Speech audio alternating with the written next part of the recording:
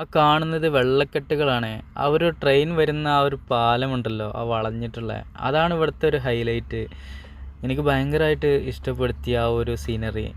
നമ്മൾ അനന്തപുരം എന്ന് പറയുന്ന പ്രദേശത്തേക്കാണ് പോയിക്കൊണ്ടിരിക്കുന്നത്. ആ വളഞ്ഞിട്ടുള്ള ആ ഒരു ട്രെയിനിൻ്റെ ട്രാക്കും അതുപോലെ അപ്പുറം ഇപ്പുറമുള്ള വെള്ളക്കെട്ടുകളെല്ലാം തന്നെ ഈ ഒരു ടൗണിൻ്റെ മനോഹാരിതയിൽപ്പെട്ടതാണ്. പിന്നെ ചുറ്റുപുറം നോക്കുമ്പോൾ ഇതുപോലത്തെ കുന്നിൻ ചെരുവുകളാണ് കാണാൻ സാധിക്കുന്നത്. ആ കുന്നിൻ ചെരുവിൽ നിന്നും ശേഖരിച്ചിട്ടുള്ള മരക്കമ്പുകൾ, അല്ലെങ്കിൽ ആ ഒരു കുന്നിൻ ചെരുവുകളിലൊക്കെ കാണുന്ന ആ ഒരു മുൾച്ചെടികളുണ്ടല്ലോ, ആ മുൾച്ചെടികളാണ് ഇവിടെ മൊത്തം വെട്ടിത്തെളിച്ച് ഇട്ടിട്ടുള്ളത്. ഈ ഒരു മുൾച്ചെടിയിൽ നിന്നാണ് മരക്കരി ഉണ്ടാക്കുന്നത്. അൽഫാമിനൊക്കെ വേണ്ടിയിട്ടുള്ള മരക്കരി ഇതിൽ നിന്നാണ് ഉൽപ്പാദിപ്പിക്കുന്നത്. ആ കുന്നിൻ ചെരുവിൽ കാണുന്ന ആ കുറ്റികൾ, അല്ലെങ്കിൽ ആ മരം വെട്ടിയെടുത്തതിൻ്റെ ശേഷം ഇതുപോലെ വിവിധ തരം ഭാഗങ്ങൾ, ചെറുത് വലുത്, അതിനനുസരിച്ച് അങ്ങോട്ടും ഇങ്ങോട്ടൊക്കെ മാറ്റി തിരുത്തി ഇവിടെ ഇങ്ങനെ കൊണ്ടുവന്ന് കൂട്ടിയിട്ടതാണ് നമ്മൾ കണ്ടുകൊണ്ടിരിക്കുന്നത്. ഒരു കമ്പനി എന്ന് വേണമെങ്കിൽ വിശേഷിപ്പിക്കാം. ഈ ഒരു ഏരിയയുടെ സെൻട്രലായിട്ട് കുടിലുകളെല്ലാം തന്നെ കാണാൻ സാധിക്കുന്നുണ്ട്. അതിലെല്ലാം ഓരോ ആളുകൾ താമസിക്കുന്നത് കാണാൻ സാധിക്കുന്നുണ്ട്. ഈ ഒരു മരം കത്തിച്ചതിൻ്റെ ശേഷം കിട്ടുന്ന ആ ഒരു കരിയാണ് പിന്നീട് ചാക്കിലാക്കിയിട്ട് നമ്മുടെ നാട്ടിലേക്ക് വരുന്നത്. ചെറിയ തരത്തിലും വലിയ തരത്തിലും ഇതിൻ്റെ മരത്തിൻ്റെ ആ ഒരു സ്ട്രെച്ചിങ്ങിനനുസരിച്ചാണ് പിന്നീട് നമുക്ക് ഈ ഒരു കരി രൂപാന്തരപ്പെടുത്തി കിട്ടുക.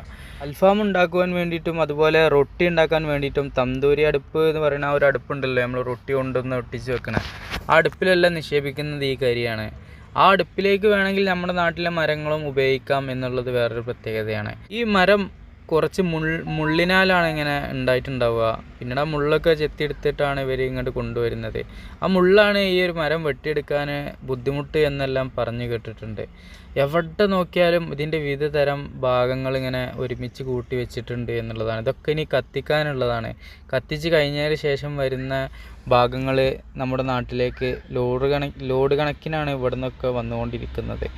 ഇവിടെയും ഇത് കൂടുതലായിട്ട് ഉപയോഗിക്കുന്നുണ്ട്. പല ഏരിയയിലും പല കാര്യങ്ങളും ഈ ഒരു കണലിൽ വെച്ചിട്ടാണ് ചെയ്യുന്നതായിട്ട് കാണാൻ സാധിച്ചിട്ടുള്ളത്. ആ ഒരു മലയുടെ സ്ട്രെച്ചിങ് കാര്യങ്ങളൊക്കെ തന്നെയാണ് ഈ ഒരു ഏരിയയുടെ ഒരു മനോഹാരിത. ആർക്കോ വേണ്ടി എരിയുന്നത് പോലെ ആ കണലിൽ നിന്ന് ഇങ്ങനെ പുക വന്നുകൊണ്ടേയിരിക്കുന്നതൊക്കെ കാണാൻ സാധിക്കുന്നുണ്ട്. പിന്നീട് നമ്മൾ മുന്നിലേക്ക് ഇങ്ങനെ പോകുമ്പോൾ ഇതുപോലത്തെ പൊതിഞ്ഞു വെച്ച് എന്തൊക്കെയോ കാണാൻ സാധിക്കുന്നുണ്ട്. ഇത് നമ്മൾ മുന്നേ കണ്ടതാണ്. ഒരുപക്ഷെ നെല്ലായിരിക്കാം. വൈകുന്നേര ടൈം ആയതുകൊണ്ട് അത് മൂടി വെച്ചതായിരിക്കാം. നെല്ല് ഇതുപോലെ റോഡിൽ ഒരു താർപ്പായി വിരിച്ചതിൻ്റെ ശേഷം അതിലേക്ക് കൊണ്ടുവന്ന് ചെരിഞ്ഞ് അതിങ്ങനെ പരത്തിയെടുക്കുന്ന കുറച്ച് ആളുകളെ പല ഏരിയയിലും കണ്ടിട്ടുണ്ട്. പിന്നീട് നമ്മൾ നൈറ്റോട് കൂടിയിട്ട് ഈ ഒരു പമ്പിലാണ് സ്റ്റേ ചെയ്തത്. ഇന്ത്യൻ ഓയിൽ പെട്രോൾ പമ്പാണ്. നമ്മൾ ചെന്ന് ചോദിച്ചതും അവർ ഓക്കെ പറഞ്ഞ്. അങ്ങനെ ഞാൻ ആ ഒരു മൂലക്കലായിട്ട് വണ്ടി നിർത്തി. മനോഹരമായിട്ടുള്ളൊരു ചെറിയൊരു കൊച്ചു പമ്പ് എന്ന് വേണമെങ്കിൽ വിശേഷിപ്പിക്കാം. ഈ ഒരു പമ്പിനോട് ചാരിയിട്ട് ഇതുപോലത്തെ ഒരു ടയറിൻ്റെ കട കാണാൻ സാധിക്കുന്നുണ്ട്. ഒരു ചെറിയ കട. നമ്മുടെ നാട്ടിലൊന്നും ഇതുപോലത്തെ കടകൾ കാണാൻ സാധിക്കില്ല എന്ന് വേണമെങ്കിൽ പറയാം. കൂടുതലും ട്രാക്ടറുകളാണ് ഇവിടെയൊക്കെ.